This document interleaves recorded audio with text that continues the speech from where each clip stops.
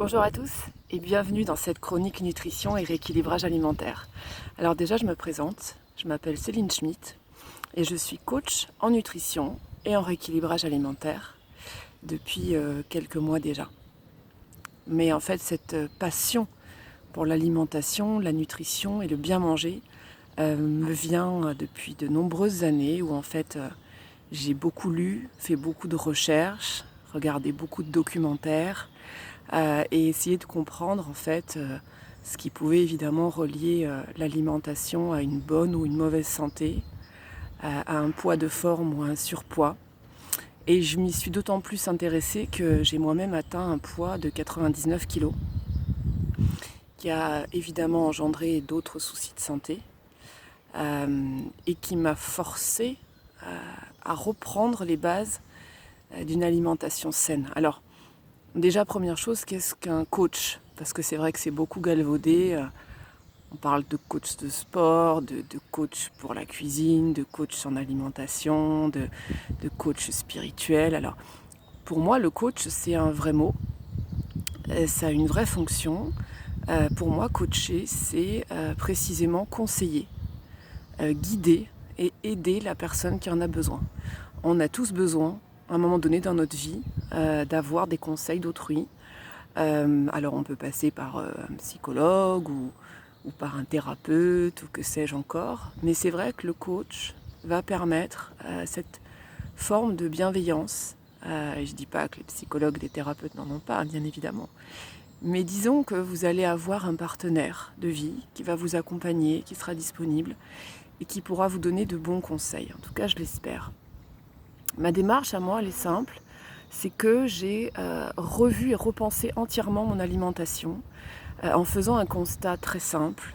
C'est que j'avais tendance à avoir un ventre gonflé, ballonné, avec tous les désagréments que ça peut entraîner, dont je passerai les détails mais que tout le monde comprend.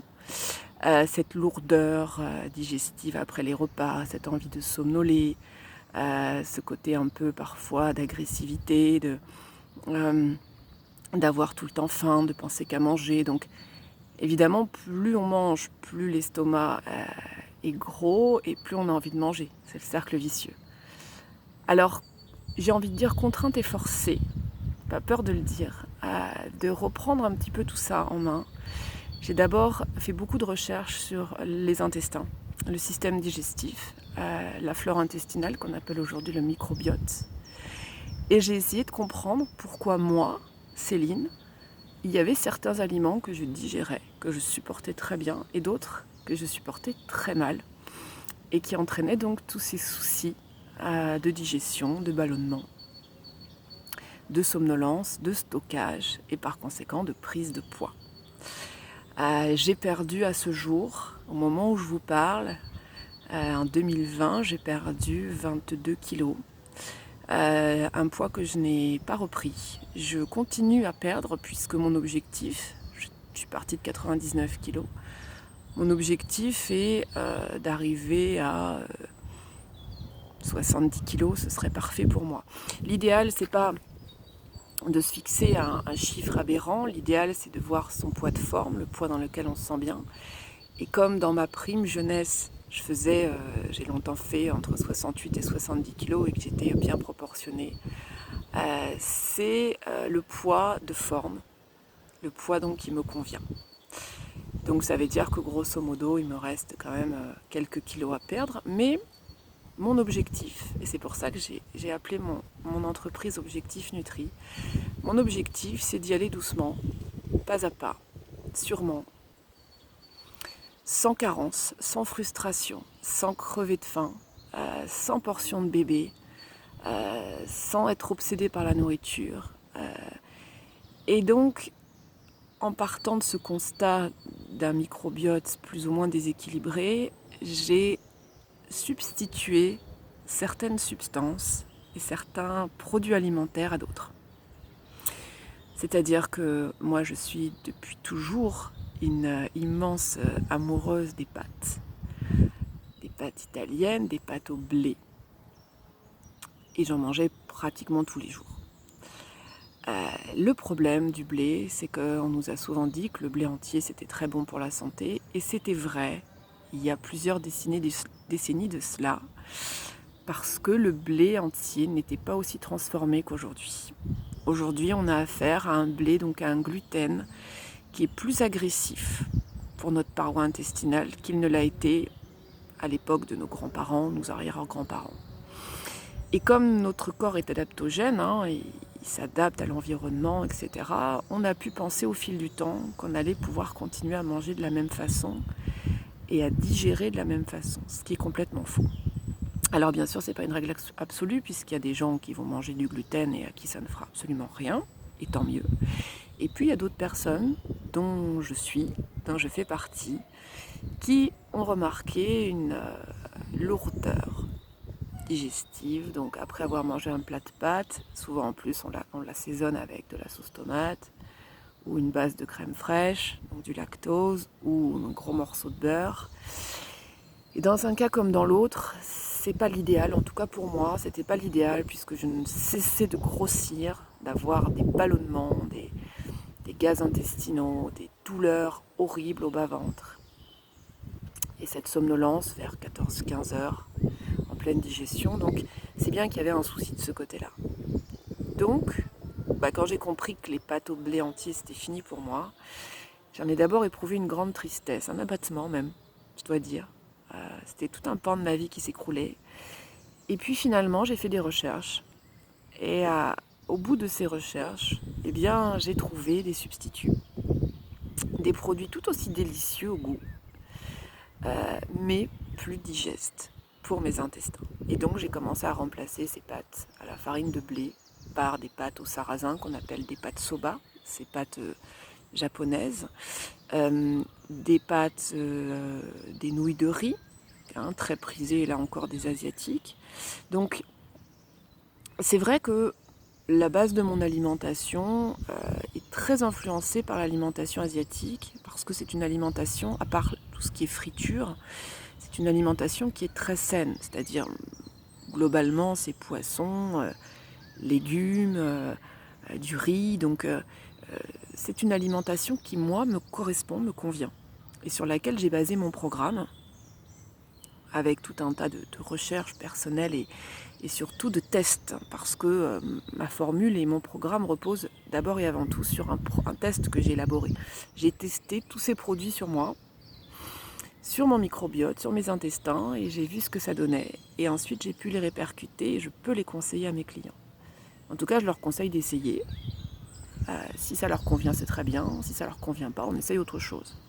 Puisque ce qui est valable pour moi n'est pas forcément valable pour le voisin. Mais disons que comme j'ai une colopathie fonctionnelle, donc un trouble intestinal à la base, assez sérieux, si ça fonctionne sur moi, il y a de fortes chances pour que ça fonctionne aussi sur quelqu'un qui a des troubles intestinaux à peu près similaires des miens. Donc j'ai élaboré un questionnaire qui est parti d'un constat très simple. J'ai posé des questions à mon entourage, j'ai fait ce questionnaire qui dure à peu près 1h30, 2 heures, donc qui est assez élaboré, et qui interroge sur votre hygiène de vie, vos goûts, votre habitude alimentaire, est-ce que vous cuisinez, est-ce que vous avez une activité physique. On fait un petit peu le tour de tous les pans de votre vie, de tous les domaines de votre vie. Et ce questionnaire m'aidera ensuite à cibler en fait vos besoins en fonction de votre vie, de vos attentes, de votre objectif, de vos goûts, de manière à ce que vous ne viviez pas ce rééquilibrage alimentaire comme un régime restrictif, et par conséquent qui ne tiendra pas sur la durée, et ça je vous le certifie, puisque tout ce qui est restrictif, on enlève des calories, on supprime entièrement des choses, on vous donne des toutes petites portions où vous mourrez de faim toute la journée, ça c'est pas possible sur le long terme, c'est impossible. Moi ça fait pratiquement 2 ans que je suis mon rééquilibrage, et je peux vous certifier que non seulement je n'ai pas du tout faim, en dehors des repas, je ne grignote plus, alors que j'avais tendance à grignoter, je ne grignote plus. J'ai un estomac qui s'est beaucoup réduit, donc ce qui veut dire que j'ai plus besoin de manger autant qu'avant. Et qu'aujourd'hui, avec un morceau de poulet, une bonne salade composée de tous les bons nutriments et un fruit frais, j'ai largement de quoi tenir, il n'y a pas de souci. J'utilise moi personnellement le jeûne séquentiel, hein, qui consiste à arrêter de manger la veille, donc on va dire à partir de 19h ou 20h, et de ne remanger que vers midi et demi ou 13h le lendemain. Ce qui veut dire en fait qu'on saute le petit déjeuner. Alors ça, c'est laissé à l'appréciation de chacun. Il y a des gens qui font de l'hypoglycémie qui doivent absolument manger le matin. Mais pour les personnes dont c'est pas obligatoire comme moi, où j'ai jamais eu faim le matin, je peux tenir aisément de la veille au soir jusqu'au lendemain midi ou 13h sans aucun problème. Donc coacher, guider, conseiller, c'est le rôle que je me suis donné, et je vous propose sur YouTube de faire des petites chroniques régulières sur des thèmes, des séquences précises, des choses qui me tiennent à cœur, qui je l'espère vous rendront service. Et si vous voulez m'écrire, vous pouvez le faire sur Objectif Nutri, comme ça se prononce, @gmail.com. J'en ai fait mon métier, donc je coach les gens. Alors je suis sur Agen, dans Lot-et-Garonne. J'ai pas de cabinet, donc je me rends à domicile où je vois les gens dans des endroits neutres. Mais sinon, je peux faire des séances par téléphone, c'est tout à fait possible, puisque je ne vous pèse pas, je ne vous mesure pas, mais je vais vous donner des conseils pratiques suivant le questionnaire dont je parlais tout à l'heure, qui va me permettre de cerner un petit peu votre personnalité, vos besoins, votre objectif, enfin tout ce dont j'ai parlé tout à l'heure.